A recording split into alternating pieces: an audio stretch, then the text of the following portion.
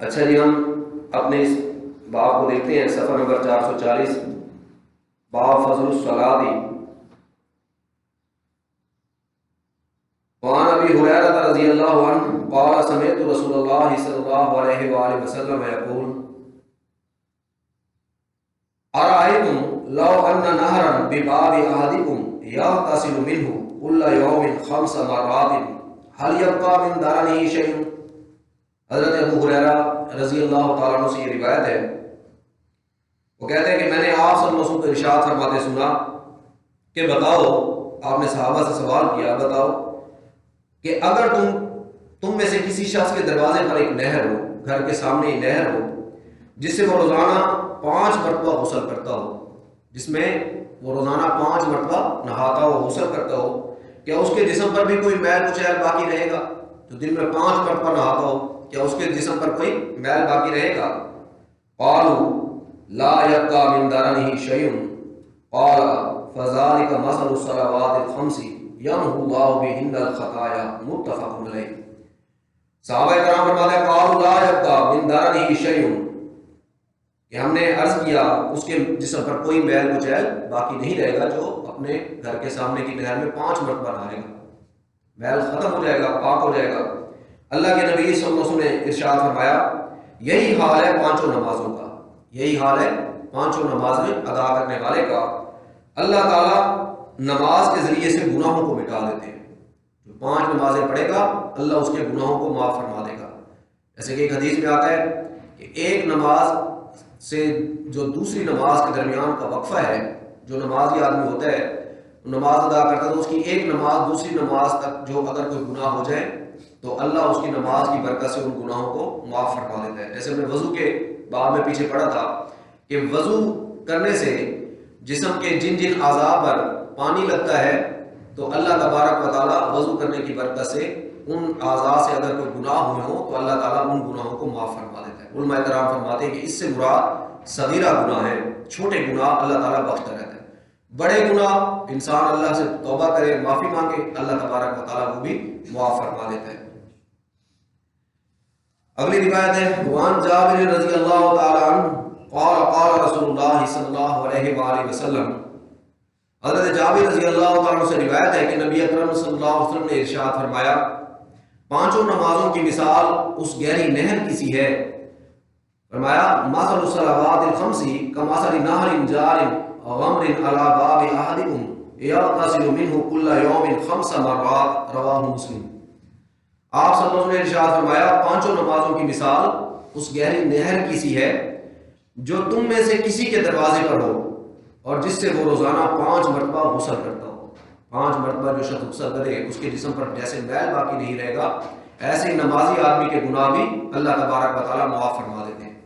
اور جیسا کہ قرآن حکیم میں اللہ پاک فرماتے ہیں ان الصلاۃ تنہیٰ عن الفحشاء والمنکر، بے شک نماز بے حیائی اور برے کاموں سے روکتی ہے۔ تو انسان نمازی آدمی اس کے دل میں خدا خوفی آ جاتی ہے، میں گناہ کے کام نہ کروں، میں پاک صاف رہوں، اپنے آپ کو ناپاک نہ رکھوں۔ تو پاک رہنا جو ہے باوضو رہنا، پاک رہنا، یہ تو انسان کے رزق میں بھی اس سے اضافہ ہوتا ہے۔ جو باوضو رہتا ہے اللہ تعالیٰ اس کے رزق میں اضافہ فرماتے ہیں۔ باوضو رہنا چاہیے تاکہ اللہ تبارک و تعالیٰ گناہوں کو بھی معاف فرمائے اور رزق میں بھی اضافہ فرمائے۔ وعن ابن مسعود رضی اللہ تعالیٰ عنہ ان رجلا اصاب من امرأة قبلة فأتى النبي صلی اللہ علیہ وآلہ وسلم فأخبره۔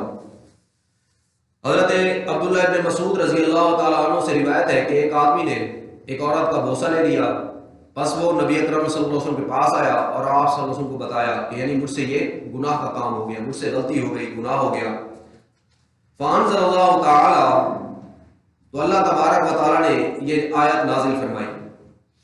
اقم الصلاۃ طرفی النہار وزلفا من اللیل ان الحسنات یذہبن السیئات،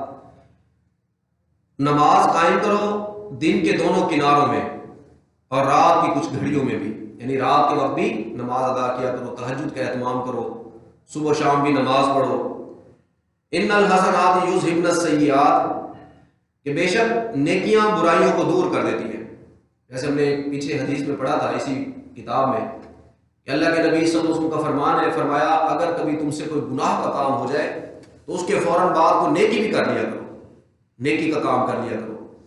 اگر کوئی غلطی ہو جائے، انسان ہے نا، کل بنی آدم خطاؤن، تمام انسان خطا کار ہیں، وخیر الخطائین التوابون،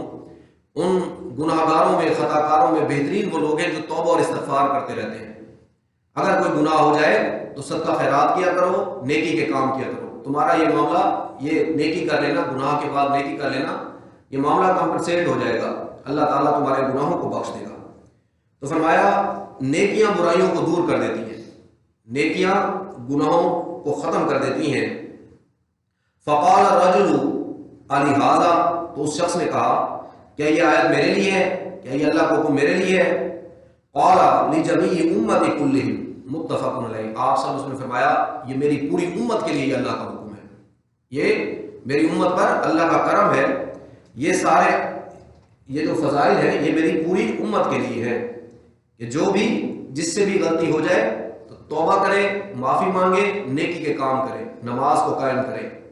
وضو کرے، ان نیکی کے کاموں سے انشاءاللہ اللہ اس کے گناہوں کو معاف فرما دے گا۔ جیسے میں نے عرض کیا، علماء کرام فرماتے ہیں کہ اس سے مراد، ان گناہوں سے مراد یہ صغیرہ گناہ ہے، کبیرہ گناہ توبہ کرے انسان، اللہ سے معافی مانگے، توبہ کی شرائط ہیں عملاً، اگر کوئی گناہ کا کام زندگی میں ہو رہا ہے پہلے اسے عملاً ترک کر دے، اسے چھوڑ دے، پھر اللہ سے معافی مانگے، معاف فرمانے والے ہیں۔ اگلی روایت ہے وعن ابی ہریرہ رضی اللہ تعالی عنہ ان رسول اللہ صلی اللہ علیہ وآلہ وسلم، حضرت ابو ہریرہ رضی اللہ تعالیٰ عنہ سے روایت ہے کہ رسول اللہ صلی اللہ علیہ وآلہ وسلم نے ارشاد فرمایا قال الصلوات الخمس والجمعۃ الى الجمعۃ کفارۃ لما بینہن ما لم تغش القبائر، رواہ مسلم۔ آپ صلی اللہ علیہ وسلم نے ارشاد فرمایا پانچوں نمازیں اور جمعہ کی نماز پچھلے جمعے تک، ایک جمعہ جس نے ادا کیا اور اگلا جمعہ پھر ادا کر لیا تو اس کی ایک جمعے سے دوسرے جمعے تک جو گناہ ہوئے، اللہ جمعہ کی نماز کی برکت کی وجہ سے وہ گناہوں کو معاف فرما دیتا ہے۔ اور ایک نماز سے دوسری نماز تک اگر کوئی گناہ ہو، کسی نے فجر اور ظہر کے درمیان دونوں نمازیں پڑھی اور اس کے درمیان اس سے کوئی گناہ ہو گیا، اگر اس وقت میں کوئی گناہ ہو جائے ایک نماز سے دوسری نماز تک تو اللہ ان گناہوں کو بھی معاف فرما دیتا ہے نماز کی برکت سے۔ فرمایا کفارۃ لما بینہن ما لم تغش القبائر، یہ کفارہ ہے جو اس کے درمیان گناہ ہوں گے جب تک کہ کبیرہ گناہوں کا ارتکاب نہ کیا جائے، یعنی کبیرہ گناہ اگر کرے گا اس سے تو اللہ سے توبہ کرنی چاہیے، معافی مانگنی چاہیے۔ حدیث میں آتا ہے جو سچے دل سے اللہ سے توبہ اور استغفار کرتا ہے اللہ تعالیٰ اس کے سارے گناہ صغیرہ بھی کبیرہ بھی معاف فرما دیتے ہیں، اور اتنا غفور رحیم رب ہے۔ آپ صلی اللہ علیہ وسلم نے فرمایا کہ جو نامہ اعمال میں پہلے سے گناہ درج ہوتے ہیں اللہ تبارک و تعالیٰ ان گناہوں کے بدلے بھی نیکیاں درج فرما دیتے ہیں، صرف معافی نہیں فرماتا، مٹاتا ہی نہیں ہے، بلکہ نیکیوں کا اجر و ثواب عطا فرماتا ہے توبہ کرنے والے کو۔ اگلی روایت ہے عن عثمان ابن عفان رضی اللہ عنہ قال سمعت رسول اللہ صلی اللہ علیہ وآلہ وسلم یقول ما من امرئ مسلم تحضره صلاة مکتوبۃ فیحسن وضوءها وخشوعها ورکوعها الا كانت کفارۃ لما قبلها من الذنوب ما لم تؤت کبیرہ وذلك الدہر کلہ، رواہ مسلم۔ حضرت عثمان ابن عفان رضی اللہ تعالیٰ عنہ سے روایت ہے کہ میں نے نبی اکرم صلی اللہ علیہ وسلم کو یہ ارشاد فرماتے سنا جو مسلمان مرد ایسا ہے کہ فرض نماز کا وقت آنے پر اس کے لیے اچھی طرح وضو کرے، فرض نماز کا وقت ہو اچھی طرح وضو کرے اس کے لیے،